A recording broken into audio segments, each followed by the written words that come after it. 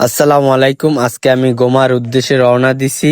অনেকদিন যাবত আমরা চাইছি গোমা ঘুরতে যাব, তাই আমরা সবাই মিলে হুন্ডা নিছি, ঘোরার উদ্দেশ্যে রওনা দিলাম। এখন সরাসরি আছি আমরা ডিসি রোড খেয়াঘাট। সবাই ট্রলারের জন্য অপেক্ষা করতে আছি, দেখতে আছি ট্রলারটাও চলে আসলো। এখন সরাসরি আমরা গাড়িগুলো ট্রলারের উপরে উঠাবো। আমাদের বাকেরগঞ্জ থানার এমপি মহোদয়, আপনার কাছে একটাই রিকোয়েস্ট, আমাদের এই ডিসি রোড খেয়াঘাট একটা ফেরি দেওয়ার চেষ্টা করুন তাড়াতাড়ি। এখানে আসলে সত্যি বলতে যে একটা ঝড় বা বৃষ্টি হলে খুব এখানে ভয়াবহ, এই নদীটা খুবই ভয়াবহ, যা অনেক তুফান হয়, অনেক ঝড় বৃষ্টির কারণে অনেক ট্রলার ছাড়েও না ডরে। আপনি হয়তো জানেন যে এখানে ঝড় বা বৃষ্টি হলে ট্রলার ডুবে যায়। আলহামদুলিল্লাহ আমি কোন রকমে পার হয়ে ডিসি রোডের ওপার উঠলাম। এখন সরাসরি গাড়ি নিয়ে রওনা দিলাম গোমার উদ্দেশ্যে। সবাই সাথে থাকবেন, আশা করি ভালো লাগবে। এখন আমরা বর্তমানে চলে আসলাম পেয়ারপুর বাজারে।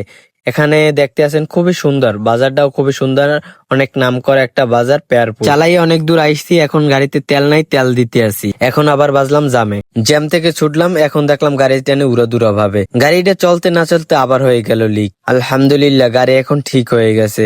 গাড়ি চালায় আমার এক ছোট ভাই সাব্বির, ও আমার সাথে ভিডিও করে। ও বলতে আছে ভাই গাড়ি টেন মাইস উড়াদুরা, মাথা নষ্ট, কিন্তু পাই নাই একটাও বুড়া। যাই হোক, সরাসরি চলে আসলাম গোমা সেতুর কাছে।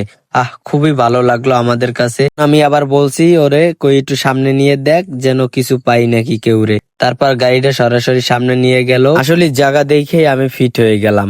আসলে এত সুন্দর জায়গা গোমা, আমি কখনো কল্পনা করতে পারিনি। আমি এসে বুঝলাম যে গোমা সেতু কত সুন্দর। আমাদের বরিশালে বাকেরগঞ্জ থানা গোমা সেতুর জায়গার যে ভিউ, সাল্লি নাকি ফর ইউ।